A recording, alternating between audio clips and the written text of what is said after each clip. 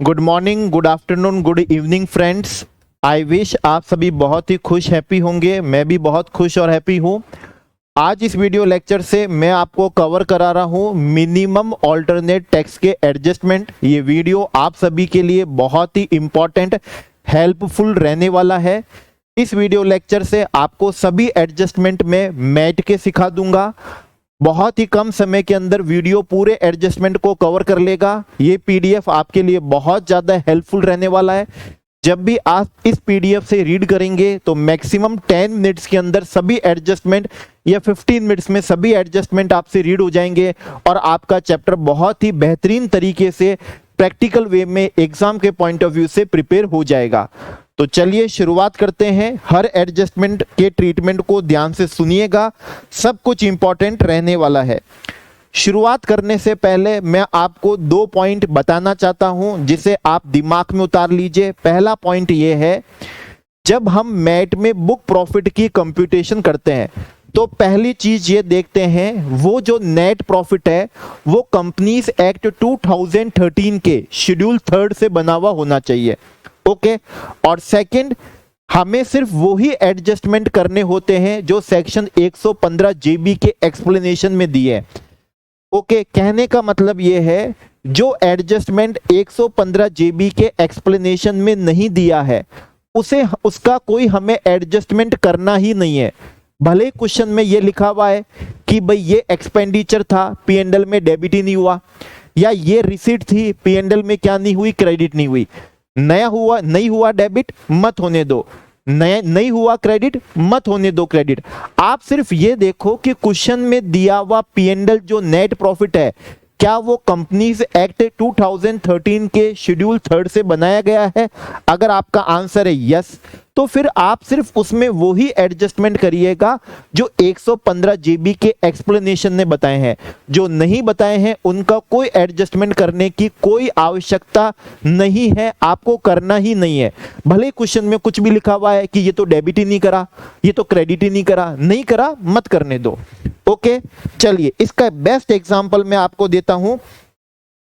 Interest on borrowed capital not debited to P and L, no adjustment, P and L as per schedule 3 plus adjustment as specified. Question में क्या लिखा हुआ आया, question में ये लिखा हुआ आया कि बोरोड कैपिटल का इंटरेस्ट था जो पी&एल में डेबिट ही नहीं हुआ।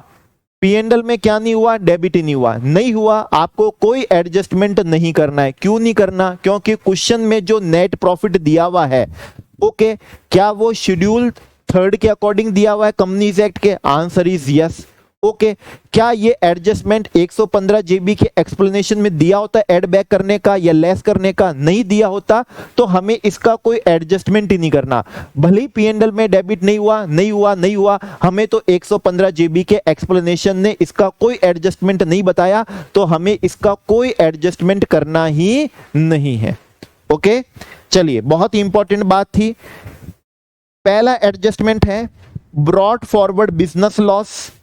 Okay. Unabsorb depreciation as per companies Act. Okay. 2 years के दिए हुए हैं। NCLT has admitted an application under section 7 of IBC insolvency bankruptcy code. अब नाउ लिसन, देखिए। ओके। आपको कंपनीज एक्ट के ब्रॉड फॉरवर्ड बिजनेस लॉस दिया हुआ है और कंपनीज एक्ट का ही अनएब्सॉर्ब डेप्रिसिएशन दिया हुआ है। ओके। 115 जेबी का एक्सप्लेनेशन ये बोलता है कि इन दोनों में से जो लोअर होगा उतने से आप अपने बुक प्रॉफिट को क्या कर लीजिए, रिड्यूस कर लीजिए। इन दोनों में से जो लोअर होगा, ठीक है, उसको उतने से आप अपने बुक प्रॉफिट को रिड्यूस कर लीजिए। लेकिन 115 जेबी का एक्सप्लेनेशन ये भी बोलता है कि अगर आईबीसी के अंदर, इंसॉल्वेंसी बैंक्रप्सी कोड के अंदर आपकी एप्लीकेशन क्या हो गई है, एडमिट हो गई है, इंसॉल्वेंसी की एप्लीकेशन क्या हो गई है, एडमिट हो गई है, तो फिर उस केस में एक तो ये केस हुआ, या फिर आपकी कंपनी का जो बोर्ड ऑफ डायरेक्टर था उसको ट्राइब्यूनल ने सस्पेंड कर दिया और सेंट्रल गवर्नमेंट ने नए डायरेक्टर क्या करे हैं, अपॉइंट करे हैं, नॉमिनेट करे हैं। इन दो केसेस के अंदर आपको सिर्फ ये ध्यान रखना है कि ब्रॉड फॉरवर्ड लॉसेस और unabsorb depreciation as per companies Act, ये दोनों ही क्या हो जाएंगे, लेस हो जाएंगे, दोनों लेस हो जाएंगे। That is aggregate of brought forward business losses and unabsorb depreciation, इन दोनों का एग्रीगेट करके जो क्या हो जाएगा, लेस हो जाएगा।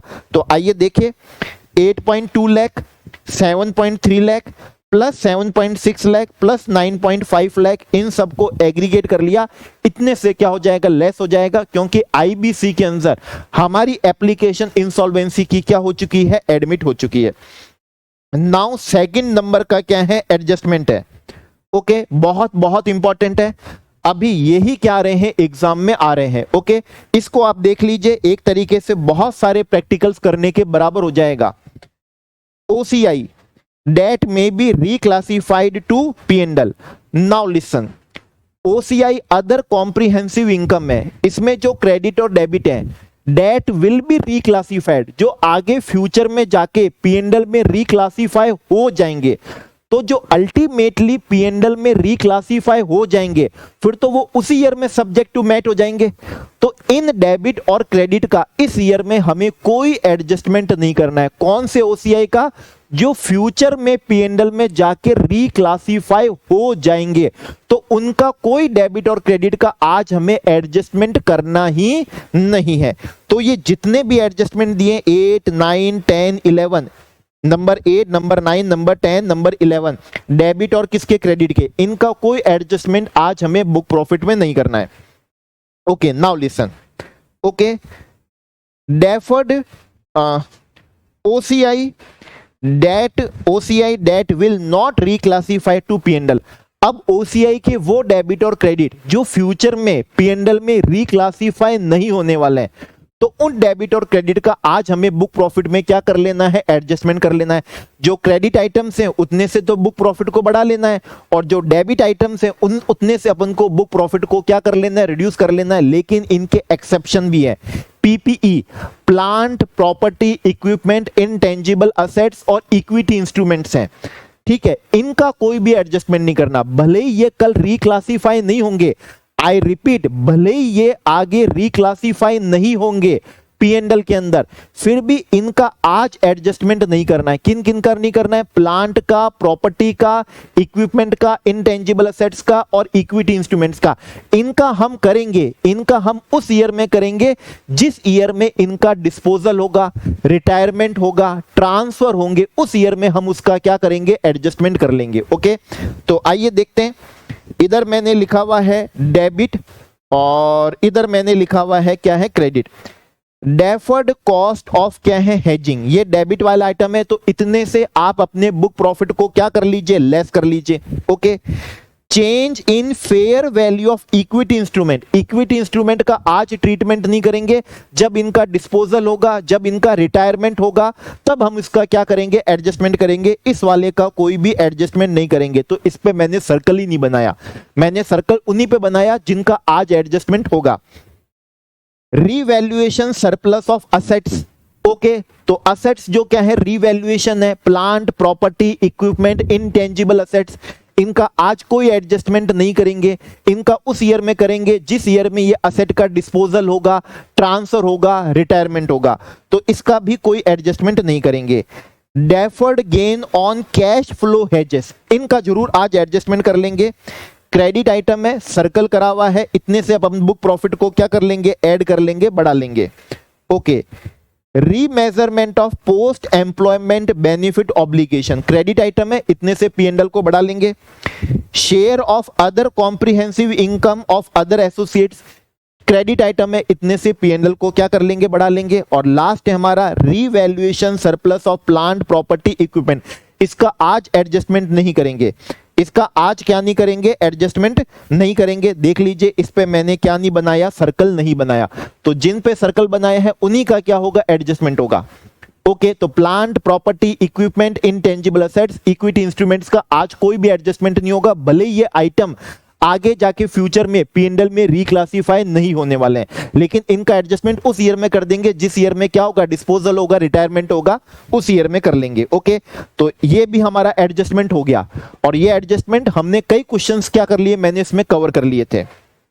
नाउ ये भी अब पूछा जा रहा है, transition amount as on convergence date stood at 48 lakh rupees credit balance including capital reserve and security premium of 6 lakh and adjustment of 5 lakh relating to translation difference in a foreign operations। Okay, now listen, जब आपने पहली बार Ind AS क्या करा था, adopt करा था, okay, जिस year में इंड एएस करा था, तो उस ईयर में ट्रांसिशन अमाउंट आया था, या फिर तो उसका डेबिट बैलेंस आया या उसका क्रेडिट बैलेंस आया, जो भी आया। क्रेडिट बैलेंस आया तो उतने से बुक प्रॉफिट को बढ़ाना है, और अगर डेबिट बैलेंस आया है तो उतने से बुक प्रॉफिट को क्या करना है, घटाना है। लेकिन जो ट्रांसिशन अमाउंट है, उस पूरे अमाउंट का हम एक ही साल में बुक प्रॉफिट में इंपैक्ट नहीं देंगे, हम उसका सिर्फ 1/5 ही क्या करेंगे, प्रॉफिट में बढ़ाएंगे, या फिर 1/5 ही प्रॉफिट में क्या करेंगे, बुक प्रॉफिट में से घटाएंगे। तो पूरे अमाउंट से बुक प्रॉफिट नहीं बढ़ाना है, जो एंटायर अमाउंट है ट्रांसिशन अमाउंट का, अगर क्रेडिट बैलेंस है तो उतने से बुक प्रॉफिट नहीं बढ़ाना है, और डेबिट बैलेंस है तो उतने से बुक प्रॉफिट को रिड्यूस नहीं करना है, उसका कितना करना है, 1/5 करना है। लेकिन इसमें भी एक खास बात है, जो आपका कौन सा है, कैपिटल रिजर्व है, ट्रांसिशन अमाउंट में कैपिटल रिजर्व इंक्लूड नहीं होगा, सिक्योरिटी प्रीमियम इंक्लूड नहीं होगा, जो डिफरेंस इन क्या है, फॉरेन ऑपरेशन है, वो भी क्या नहीं होंगे, इंक्लूड नहीं होंगे। तो इस क्वेश्चन में ट्रांसिशन अमाउंट 48 लाख रुपीस का था, उसमें से 6 लाख रुपीस कैपिटल रिजर्व और सिक्योरिटी प्रीमियम के थे, और ट्रांसिशन अमाउंट में कैपिटल रिजर्व और सिक्योरिटी प्रीमियम इंक्लूड नहीं होते हैं, तो लेस कर लिया। 5 लाख था फॉरेन ऑपरेशन के डिफरेंसेस के, वो भी ट्रांसिशन अमाउंट में इंक्लूड नहीं होता, तो वो भी अपन ने लेस कर लिया, ये अमाउंट आ गया 37 लाख। क्रेडिट बैलेंस था तो इसका 1/5 कर देंगे, और इतने से बुक प्रॉफिट को क्या करेंगे, इंक्रीज करेंगे, ये लिख दिया मैंने, ऐड करना है क्योंकि ये क्रेडिट बैलेंस था, तो 1/5 कितना आया, 7,40,000 से हम अपने बुक प्रॉफिट को इंक्रीज कर लेंगे। और यही अगर डेबिट बैलेंस होता तो इतने अमाउंट से हम अपने बुक प्रॉफिट को क्या कर लेते, लेस कर लेते। चलिए नेक्स्ट एडजस्टमेंट पे आते हैं, interest charge for delay in remittance of tax deducted at source add back. Okay, जब आप बुक प्रॉफिट की कंप्यूटेशन करेंगे तो अगर पीएनएल में कोई भी इनकम टैक्स डेबिट हुआ है, सरचार्ज डेबिट हुआ है, सेस डेबिट हुआ है, या इनकम टैक्स का कोई भी इंटरेस्ट डेबिट हुआ है, तो उतने से आप अपने पीएनएल को क्या कर लीजिएगा, एड बैक कर लीजिएगा। लेकिन ध्यान रखिएगा, सिक्योरिटी ट्रांजैक्शन टैक्स को एड बैक नहीं करना है, कॉमोडिटी ट्रांजैक्शन टैक्स को एड बैक नहीं करना है आपको, और क्या एड बैक नहीं करना है, जो पेनल्टीज होती है, किसी भी लॉ की क्या हो, पेनल्टी हो, वो भी क्या नहीं करना है, आपको एड बैक नहीं करना है। तो सिक्योरिटी ट्रांजैक्शन टैक्स हो गया, कॉमोडिटी ट्रांजैक्शन क्या हो गया, टैक्स हो गया, वेल्थ टैक्स हो गया है, या किसी भी लॉ की क्या हो गई, ये पेनल्टी हो गई, उतने से बुक प्रॉफिट को इंक्रीज नहीं करना, सिर्फ इनकम टैक्स, सरचार्ज, सेस और इंटरेस्ट। अब चूंकि ये क्वेश्चन में क्या है, इंटरेस्ट है, इसलिए हमें एड बैक करना पड़ेगा। Share of income from AOP in which company is a member less AOP charge to tax at MMR rebate under section 86। अगर कंपनी किसी एओपी के अंदर मेंबर है तो एओपी को एमएमआर की रेट से क्या देना पड़ेगा, टैक्स देना पड़ेगा, और जब एओपी एमएमआर की रेट से क्या देगी, टैक्स देगी, तो कंपनी का एओपी की इनकम में जो शेयर होगा, कंपनी को उसकी 86 में क्या मिल जाती है, रिबेट मिल जाती है अंडर नॉर्मल प्रोविजन। क्यों मिल जाती रिबेट, क्योंकि ऑलरेडी एओपी उस पे एमएमआर की रेट से टैक्स दे रखी होती है। मतलब ये तो ऐसा ही हो गया, जैसे मान लीजिए मैं किसी फर्म के अंदर पार्टनर हूं, फर्म ऑलरेडी अपने प्रॉफिट पे 30% की रेट से क्या देती है, टैक्स देती है, तो उसके प्रॉफिट में जो मेरा क्या होता है, शेयर होता है, वो सेक्शन 10 क्लॉज 2A से एग्जेम्प्ट होता है, क्योंकि ऑलरेडी फर्म उस पर टैक्स पे कर चुकी होती है। आज उसी तरीके से एओपी अपनी इनकम पे एमएमआर की रेट से, मैक्सिमम रेट से, मार्जिनल रेट से टैक्स पे कर रही है, तो आज कंपनी का एओपी की इनकम में जो शेयर होगा उसकी 86 में क्या मिल जाएगी, रिबेट मिल जाएगी, और नॉर्मल प्रोविजन में उसको कोई भी क्या नहीं देना, टैक्स नहीं देना। अब क्वेश्चन बनता है क्या मैट में देना होगा, आंसर इज नो, वो इनकम सब्जेक्ट टू मैट नहीं होगी। और अगर पीएनएल में क्या करी हुई है, क्रेडिट करी हुई है, तो उतने से आप अपने बुक प्रॉफिट को क्या कर लीजिएगा, लेस कर लीजिएगा, क्योंकि कंपनी का जो शेयर होता है एओपी की इनकम में, वो इनकम सब्जेक्ट टू मैट नहीं होती है। इफ क्रेडिटेड है तो लेस कर लीजिए, और अगर उसके रेस्पेक्ट में किए गए एक्सपेंडिचर पीएनएल में डेबिट करे हुए हैं तो उतने से आप अपने बुक प्रॉफिट को क्या कर लीजिए, एड बैक कर लीजिए। ओके, ये लिख भी दिया एडजस्टमेंट में, expenditure incurred for about share of income from AOP add back कर लीजिए। ओके, चलिए नेक्स्ट एडजस्टमेंट पे आते हैं। Adjustment number 8, depreciation 18 crore including depreciation of revalued asset is 3 crore as per companies Act. Okay, इसका मतलब क्या हुआ, नॉर्मल डेप्रीसिएशन 15 करोड़ का है और रीवैल्यूएशन डेप्रीसिएशन कितने का है, 3 करोड़ का है, तभी तो दोनों का टोटल 18 करोड़ हुआ। ओके, लॉ तो कैसे बोलता है, 115 जीबी का एक्सप्लेनेशन क्या बोलता है, पहले तो आप normal depreciation plus revalue depreciation दोनों को एड बैक कर दीजिए, मतलब बुक प्रॉफिट को 18 करोड़ से क्या कर दीजिए, एड बैक कर दीजिए। फिर नॉर्मल डेप्रीसिएशन से क्या कर लीजिए, लेस कर लीजिए, मतलब 15 करोड़ से लेस कर लीजिए। तो एक बार तो बुक प्रॉफिट को 18 करोड़ से बढ़ाओ और 15 करोड़ से क्या कर दो, लेस कर दो। या फिर सिंपल ट्रीटमेंट यह है, जितना भी रीवैल्यूएशन वाला डेप्रीसिएशन था उतने से बुक प्रॉफिट को क्या कर दो, बढ़ा दो, मतलब 3 करोड़ से बुक प्रॉफिट को क्या कर दो, बढ़ा दो। तो देखिए 18 करोड़ से एड बैक करो और 15 करोड़ से क्या कर लो, लेस कर लो, तो सीधा सा रिजल्ट तो क्या आया, 3 करोड़ का आया। इसी के फर्दरेंस में नेक्स्ट एडजस्टमेंट है, 6 crore withdraw from revaluation reserve and credited to PNL, lower of 3 crore and 6 crore less, 3 crore less. अब नाउ लिसन, उस असेट के रेस्पेक्ट में जो रीवैल्यूएशन रिजर्व था, आपने रीवैल्यूएशन रिजर्व से 6 करोड़ रुपए निकाल के पीएनएल में क्या कर दिए, क्रेडिट कर दिए। तो आपका पीएनएल 6 करोड़ से क्या करा हुआ है, बढ़ा हुआ है। रीवैल्यूएशन रिजर्व 6 करोड़ है और रीवैल्यूएशन डेप्रीसिएशन ऊपर वाले पार्ट में कितना बताया था, 3 करोड़ बताया था। तो अब इन दोनों में से जो भी लोअर होगा उतने से आप अपने बुक प्रॉफिट को क्या कर लीजिए, कम कर लीजिए। मतलब जितना रीवैल्यूएशन रिजर्व से आपने पीएनएल में क्रेडिट करा और रीवैल्यूएशन डेप्रीसिएशन है, दोनों में से जो भी लोअर होगा, मतलब 3 करोड़ अपने इस क्वेश्चन के अंदर, तो आप अपने बुक प्रॉफिट को 3 करोड़ से क्या कर लीजिएगा, लेस कर लीजिएगा। Adjustment number 10, brought forward business loss as per companies act, unabsorbed depreciation as per companies act, whichever is lower.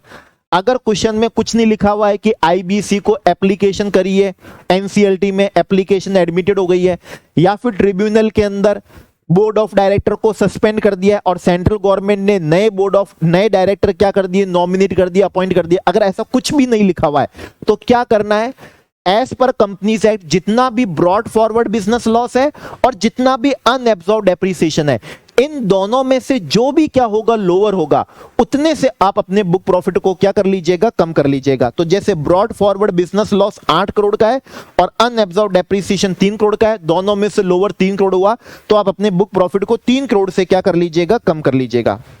Adjustment number 11 है, शेयर ऑफ लॉस ऑफ क्या है, फॉरेन सब्सिडरी एड बैक। अगर आपने अपने PNL में, ठीक है ना, सब्सिडरी कंपनी के लॉस को पीएनएल में डेबिट कर रखा है, मतलब वो तो लॉस है, वो तो कंपनी लॉस में है, वो तो मैट पे करेगी नहीं। अब आप जो कंपनी प्रॉफिट में हो, आप भी मैट पे नहीं कर रहे हो, कैसे, क्योंकि आपने उसके लॉस को अपने पीएनएल में क्या कर दिया, डेबिट कर दिया। अगर आपने ऐसा कर दिया है तो बुक प्रॉफिट की कंप्यूटेशन में आप इसे क्या कर दीजिएगा, एड बैक कर दीजिएगा। आप इसे क्या कर दीजिएगा, एड बैक कर दीजिएगा। Okay, adjustment number 12, income tax including interest under section 234A B C if debited to P&L add back। अगर P&L में income tax, surcharge, cess, income tax का कोई भी इंटरेस्ट अगर P&L में डेबिटेड है तो उतने से आप अपने बुक प्रॉफिट को वापस से बढ़ा लीजिएगा, एड बैक कर दीजिएगा। ओके, एडजस्टमेंट नंबर 13 पे आते हैं। Interest to bank 12 lakh, out of 12 lakh 4 lakh was paid on 12th of December after due date of filing return of income, no treatment in computation of क्या है, बुक प्रॉफिट। ओके, अब now आपके PNL में 12 lakh interest debited है और additional information में बोला है कि उस 12 लाख रुपए में से 4 लाख आपने अभी तक बैंक को पे ही नहीं किया। अरे नहीं किया तो नहीं किया, भाई हमारा जो पीएनएल है वो कंपनीज एक्ट 2013 के शेड्यूल 3 के अकॉर्डिंग बना हुआ है। यस बना हुआ है। क्या ये आइटम 115 जेबी के एक्सप्लेनेशन के अकॉर्डिंग एड बैक करने वाला है? आंसर इज नो, क्योंकि ये इनकम टैक्स का इंटरेस्ट नहीं है, ये तो बैंक का इंटरेस्ट है, तो इसका तो एड बैक करने का कोई ट्रीटमेंट नहीं है। अरे वो तो नॉर्मल प्रोविजन में 43B लगता है, जो ये बोलता है कि रिटर्न फाइल करने की ड्यू डेट तक पेमेंट नहीं किया तो उतना एक्सपेंडिचर अलाउ नहीं होगा। वो नॉर्मल प्रोविजन में, नॉर्मल प्रोविजन में 4 लाख क्या होगा, डिसअलाउ होगा। लेकिन अभी तो अपन अकाउंटिंग प्रॉफिट निकाल रहे हैं, बुक प्रॉफिट निकाल रहे हैं। बुक प्रॉफिट में ऐसा कोई एडजस्टमेंट नहीं करना जो 115 जेबी के एक्सप्लेनेशन ने नहीं बताया हो। ओके, तो इसका कोई भी क्या नहीं होगा, एडजस्टमेंट नहीं होगा। बहुत बढ़िया बात थी, बहुत बढ़िया एडजस्टमेंट था ये वाला। Adjustment number 14, compounding fee of ₹1 lakh for committed breach of क्या है, building norms, no treatment in computation of book profit allowed. Okay, अगर आपने पीएनएल में कोई पेनल्टी डेबिट कर रखी है, कोई भी लॉ को तोड़ने की पेनल्टी हो, इवन इनकम टैक्स की पेनल्टी हो, जीएसटी की क्या हो पेनल्टी हो, या अदर लॉ की ब्रीच की पेनल्टी हो, इन्फ्रैक्शन ऑफ लॉ की पेनल्टी हो, वो नॉर्मल प्रोविजन है। सेक्शन 37 क्या कहता है, डिसअलाउ होगा। लेकिन अभी तो अपन अकाउंटिंग प्रॉफिट कंप्यूट कर रहे हैं और अकाउंटिंग प्रॉफिट ने क्या कहा, इनकम टैक्स ऐड बैक करो, सरचार्ज को ऐड बैक करो, ठीक है, सेस को ऐड बैक करो, और इनकम टैक्स का कोई इंटरेस्ट हो तो उसको ऐड बैक करो। लेकिन अगर किसी भी लॉ की कोई पेनल्टी हो तो उसको ऐड बैक करने का कोई एक्सप्लेनेशन ने ट्रीटमेंट नहीं दिया, तो इसका मतलब ये कोई भी ऐड बैक नहीं होगा, अलाउड रह जाएगा। Okay, adjustment number 15, late fee under section 234E for delayed filing of TDS statement, no treatment in computation of book profit allowed. Again वही बात है, इनकम टैक्स हो, सरचार्ज हो, सेस हो, इंटरेस्ट हो, ये अगर पीएनएल में डेबिट है तो इन्हें ऐड बैक करो। इनकम टैक्स की कोई लेट फी हो, रिटर्न फाइल करने की लेट फी हो, टीडीएस का रिटर्न फाइल करने की कोई लेट फी हो, ओके, या इनकम टैक्स की कोई पेनल्टी ही क्यों ना हो, अगर ये पीएनएल में डेबिटेड है तो इन्हें कोई भी एड बैक नहीं करना है। और खास बात है, नॉर्मल प्रोविजन में भी बता देता हूं, लेट फी अलाउ होती है, डिसअलाउ नहीं होती है। ओके, तो इसका कोई भी हमें क्या नहीं करना होगा, एडजस्टमेंट नहीं करना होगा। Now adjustment number 16, dividend income from Indian company, PNL में क्रेडिट हुई हुई है तो अच्छी बात है। अगर पीएनएल में क्रेडिट हुई हुई है तो इनकम ही है, इसको लेस करने का तो कोई प्रोविजन है ही नहीं। हाँ, अगर ये पीएनएल में डेबिट करा हुआ होता, ठीक है, डेबिट करा हुआ होता तो हम बोलते हैं भाई डिविडेंड तो डिस्ट्रीब्यूशन ऑफ प्रॉफिट होता है, ठीक है ना, इसको ऐड बैक करो। लेकिन ये तो इनकम है, पीएनएल में क्या हुई हुई है, क्रेडिट हुई हुई है, इसके लेस करने का कोई प्रोविजन 115 जेबी के एक्सप्लेनेशन में दिया हुआ ही नहीं है, तो इसका कोई एडजस्टमेंट करना ही नहीं है। मतलब ये इनकम सब्जेक्ट टू क्या रहेगी, मैट रहेगी, no adjustment taxable. Excess realised on sale of land held as investment. Okay, आपने कोई भी इन्वेस्टमेंट बेचा, असेट बेचा, उससे आपको कोई भी गेन हुआ, वो पीएनएल में क्रेडिट हुआ है तो अच्छी बात है ना, वो सब्जेक्ट टू क्या होगा, मैट होगा। अरे वो नॉर्मल प्रोविजन होता है जहां शॉर्ट टर्म कैपिटल गेन निकलता है, लॉन्ग टर्म कैपिटल गेन निकलता है। ओके, कंपनीज एक्ट में कोई शॉर्ट टर्म नहीं होता, कोई लॉन्ग टर्म नहीं होता, कोई सेक्शन 54 की एग्जम्पशन नहीं होती, कोई इंडेक्सेशन नहीं होता है। ओके, यहां तो सीधा अपन क्या निकालते हैं, profit on sale of investment निकालते हैं या loss on sale of investment निकालते हैं। अगर प्रॉफिट है तो पीएनएल में क्रेडिट कर दो, लॉस है तो पीएनएल में क्या कर दो, डेबिट कर दो। इसका कोई एडजस्टमेंट नहीं करना, पीएनएल में क्रेडिट हुआ है, ये इनकम सब्जेक्ट टू क्या रहेगी, मैट रहेगी। Okay, income from units of UTI, तो यूटीआई से इनकम है, पीएनएल में क्रेडिट हुई हुई है तो अच्छी बात है, इसका कोई एडजस्टमेंट नहीं करना है। ओके, लेकिन अगर डिविडेंड डेबिट हुआ होता, propose dividend, interim dividend, final dividend, अगर पीएनएल में डेबिट है तो ध्यान रखना डिविडेंड कोई भी हमारा एक्सपेंडिचर नहीं है, वो तो डिस्ट्रीब्यूशन ऑफ क्या है, प्रॉफिट है। तो अगर पीएनएल में डेबिट कर दिया है तो बुक प्रॉफिट को उतने से बढ़ा लो, एड बैक कर दो, ये रहा add back. Okay, adjustment number 19, provision for bad and doubtful debts, PBD बना रखा है। हालांकि पीबीडी एक असर्टेन्ड लायबिलिटी है, असर्टेन लायबिलिटी है, लेकिन पीबीडी बनता किसका है? डेटर्स का। डेटर्स होते क्या है? असेट। और असेट की वैल्यू को कम करने का अगर आपने कोई भी प्रोविजन पीएनएल में बनाया, that is called provision for diminishing in value of asset.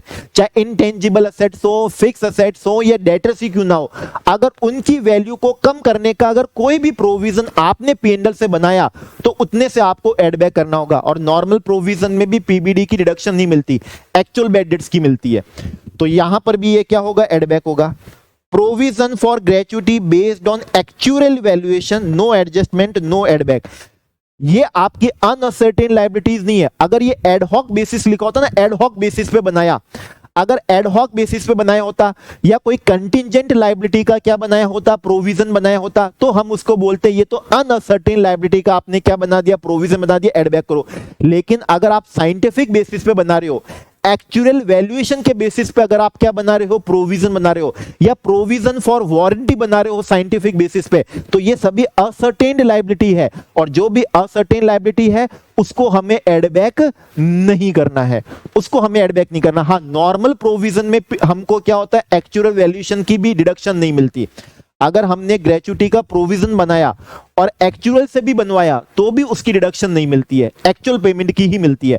लेकिन वो नॉर्मल प्रोविजन है। अभी अकाउंटिंग प्रॉफिट निकाल रहे हैं, और अकाउंटिंग प्रॉफिट में साइंटिफिक बेसिस पे बनाओ, एक्चुअल के वैल्यूएशन के बेसिस पे बनाओ, हम इसे असर्टेन लायबिलिटी मानेंगे, कोई एड बैक करना रिक्वायर्ड नहीं होगा। ओके, एडजस्टमेंट नंबर 20 पर आते हैं। Profit from unit established in special economic zone, no adjustment, no less, subject to MAT. Normal provision में ध्यान है, अगर आपकी स्पेशल इकोनॉमिक जोन में यूनिट है और आपने एक्सपोर्ट प्रॉफिट कमाया तो उसकी 10AA में डिडक्शन मिलती है, डिडक्शन मिलती है। इनकम एग्जेम्प्ट नहीं होती, एक्सपोर्ट प्रॉफिट की डिडक्शन मिलती है, लेकिन वो नॉर्मल प्रोविजन में होता है, मैट में नहीं होता। अकाउंटिंग प्रॉफिट में कोई 10AA की डिडक्शन नहीं होती है। अगर आपकी स्पेशल इकोनॉमिक जोन में कोई यूनिट है और उस यूनिट ने एक्सपोर्ट प्रॉफिट कमाया तो वो प्रॉफिट सब्जेक्ट टू क्या होगा? मैट होगा। वो सब्जेक्ट टू क्या होगा? मैट होगा। अकाउंट्स के अंदर कोई 10AA की डिडक्शन नहीं होती, अकाउंट्स में कोई चैप्टर 6A की क्या नहीं होती? डिडक्शन नहीं होती। वो सभी इनकम सब्जेक्ट टू क्या होती है? मैट होती है। भले ही नॉर्मल प्रोविजन में डिडक्शन मिलती हो, लेकिन यहां पर कोई डिडक्शन नहीं मिलती। अगर पीएनएल में क्रेडिट करा हुआ है तो कोई लेस नहीं करना है, क्योंकि वो इनकम सब्जेक्ट टू मैट होगी। और अगर उसके रेस्पेक्ट में कोई एक्सपेंडिचर पीएनएल में डेबिट भी किए हुए हैं तो उन्हें भी एड बैक नहीं करना, क्योंकि इनकम जब सब्जेक्ट टू मैट हो रही है तो एक्सपेंडिचर भी तो अलाउ होंगे ही ना, तो उन्हें भी एड बैक नहीं करना। ओके, तो कोई एडजस्टमेंट नहीं होगा। Adjustment number 21, reserve for currency exchange fluctuation. अगर कोई भी रिजर्व पीएनएल के थ्रू बना हुआ है, PNL account DR to reserve बना हुआ है, PNL account DR to reserve and surplus बना हुआ है, PNL account DR to excess provision of liability बना हुआ है। एक्सेस प्रोविजन भी रिजर्व होता है। जो भी रिजर्व पीएनएल के थ्रू बना है और आपने अपने नेट प्रॉफिट को कम कर लिया है, तो 115 जेबी के एक्सप्लेनेशन ने क्या कहा? हम उतने से वापस से बुक प्रॉफिट को क्या कर देंगे? इंक्रीज कर देंगे, अगर वो रिजर्व किसके थ्रू बना है? पीएनएल के थ्रू बना है। ठीक है, रिवैल्यूएशन रिजर्व पीएनएल के थ्रू नहीं बनता है तो उसे हम एड बैक नहीं करते हैं, लेकिन जो रिजर्व पीएनएल के थ्रू बनता है उसे हम क्या करते हैं? एड बैक करते हैं। ओके, चलिए आइए, बस लास्ट पेज ही है ये एडजस्टमेंट का। Adjustment number 23, branch office permanent establishment in India of foreign company, dividend income, ठीक है, as per 115A 20% tax rate, as per DTAA dividend income is taxable at the rate of 10%, not subject to MAT less.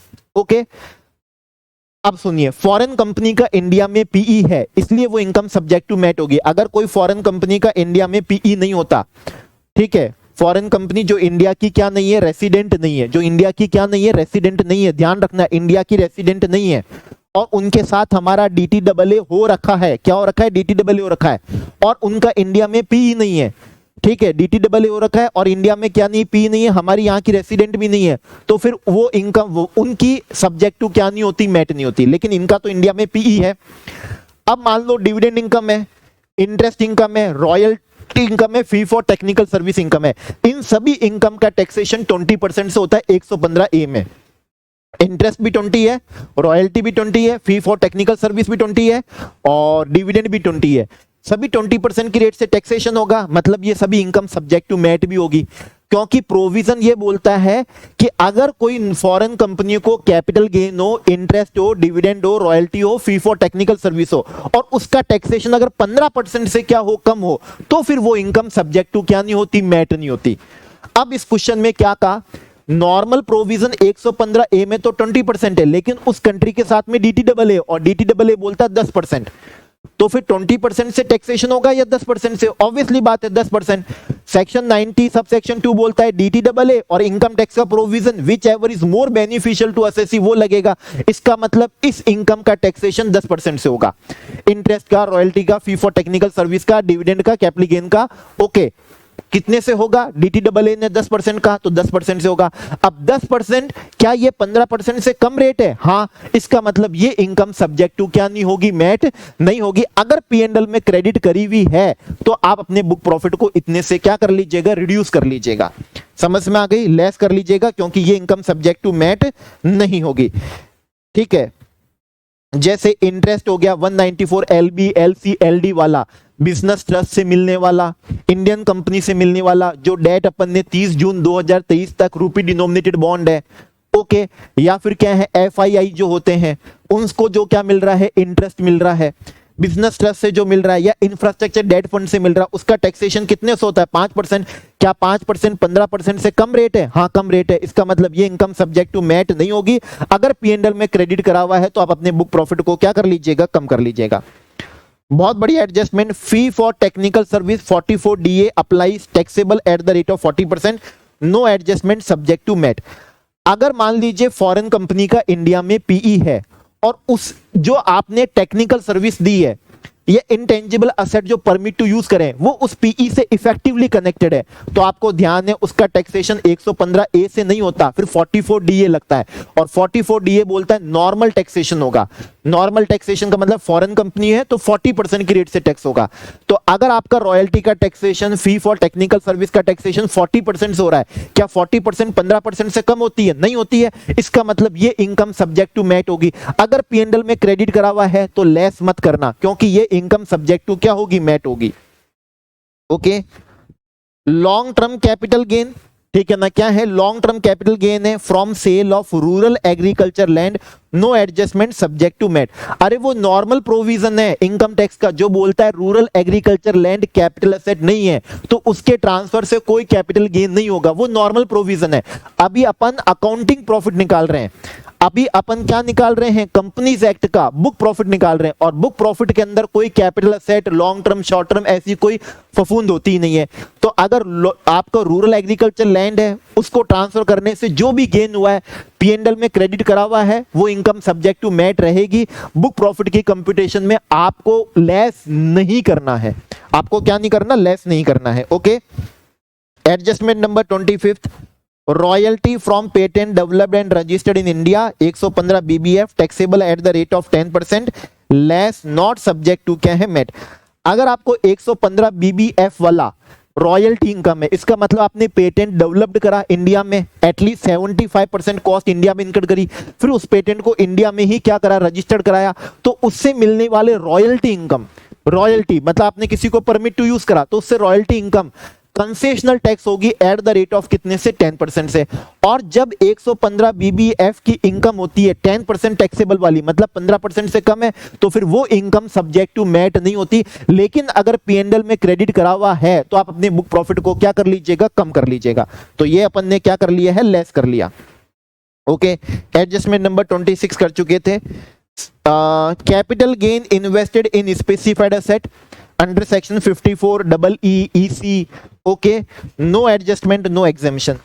Capital gain को आप अगर वापस से री invest कर देते हैं तो नॉर्मल प्रोविजन में सेक्शन 54 में एग्जेम्पशन मिलती है इनकम टैक्स की नॉर्मल प्रोविजन में, लेकिन जब अकाउंटिंग प्रॉफिट निकालते हैं, बुक प्रॉफिट निकालते हैं, तो बुक प्रॉफिट में कोई सेक्शन 54 की एग्जेम्पशंस नहीं होती है, कोई भी क्या नहीं होगी, एग्जेम्पशन नहीं होगी, वो इनकम सब्जेक्ट टू क्या रहेगी, मैट रहेगी। तो इसका कोई भी एडजस्टमेंट नहीं करना है। Prior period expenses of 3 lakh debited to PNL, PNL में डेबिट करे हुए हैं, करे हुए रहने दो। हमको क्या देखना होता है, क्या आपका P&L कंपनीज एक्ट 2013 के शेड्यूल 3 से बना हुआ है, आंसर इसी बना हुआ है। तो फिर वो ही एडजस्टमेंट करो जो 115 जेबी के एक्सप्लेनेशन ने बताया है। 115 जेबी के एक्सप्लेनेशन ने प्रायर पीरियड आइटम्स का कोई भी एडजस्टमेंट नहीं बताया, तो इसका कोई भी एडजस्टमेंट नहीं करना है। अगर P&L में डेबिट करा हुआ है तो एड बैक नहीं करना है, तो एड बैक नहीं करना है, तो no adjustment, no add back. Adjustment number 29, provision for unascertained liability. Unascertained liability के प्रोविजन बना दिए, ठीक है, एडहॉक बेसिस पे प्रोविजन बना दिए। कंटिंजेंट लायबिलिटी के आपने क्या बना दिए हैं, प्रोविजन बना दिए हैं आपने। ओके, तो ये जो भी क्या होंगे प्रोविजंस होंगे, ये जो भी क्या होंगे प्रोविजन होंगे, अगर P&L में डेबिट करा हुआ है तो आपको क्या करना पड़ेगा, एड बैक करना पड़ेगा। ठीक है, क्या करना पड़ेगा, एड बैक करना पड़ेगा। ओके, तो जो भी एडहॉक बेसिस पे बनते हैं उसको आपको एड बैक करना पड़ेगा। तो amount withdraw from reserve and credited to P&L। Okay, book profit was increased in the year of creation of reserve less. अगर कोई आपने रिजर्व P&L के थ्रू बनाया था तो जिस भी ईयर में आपने बनाया होगा उस ईयर में आपने उसको बुक प्रॉफिट में वापस से एड बैक कर दिया होगा, ऐड कर दिया होगा। अगर रिजर्व P&L के थ्रू बना था, ओके, उस ईयर में आपने उसको सब्जेक्ट टू मैट कर दिया।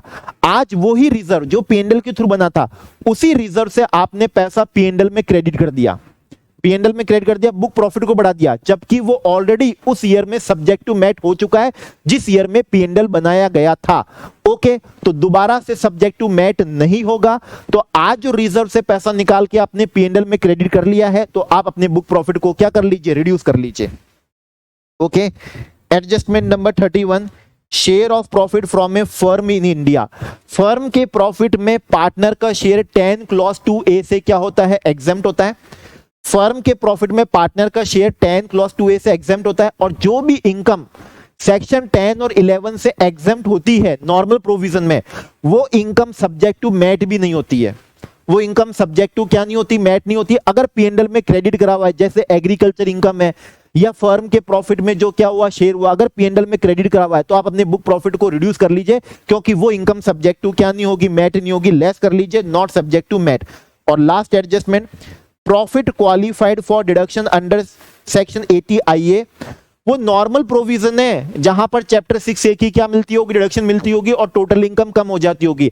ये बुक प्रॉफिट है, अकाउंटिंग प्रॉफिट निकाल रहे हैं। अकाउंटिंग प्रॉफिट में कोई चैप्टर 6A की डिडक्शन नहीं होती, कोई 10AA की क्या नहीं होती, डिडक्शन नहीं होती है। ओके, तो इसका कोई भी क्या नहीं होगा, एडजस्टमेंट नहीं होगा। ये इनकम सब्जेक्ट टू क्या रहेगी, मैट बिल्कुल रहेगी। ये इनकम सब्जेक्ट टू मैट रहेगी। तो बहुत ही कम समय के अंदर इस एडजस्टमेंट PDF से मैंने आपको सारे एडजस्टमेंट क्या कर दिए, कवर करा दिए। आपके लिए इन एडजस्टमेंट को वापस से रीड कर लेना मेरे ख्याल से 15 मिनट का टास्क है, और विद इन 15 मिनट्स आप असेसमेंट ऑफ कंपनीज को क्या कर लोगे, बहुत अच्छे से प्रिपेयर कर लोगे। तो इसी तरीके से नेक्स्ट वीडियो लेक्चर के अंदर मिलेंगे। तब तक के लिए आप PDF को मल्टीपल टाइम्स क्या करिए, रीड करिए, और अपनी प्रिपरेशन को बहुत ही क्या बनाइए, शानदार बनाइए। Okay, bye, good night, take care, sweet dreams.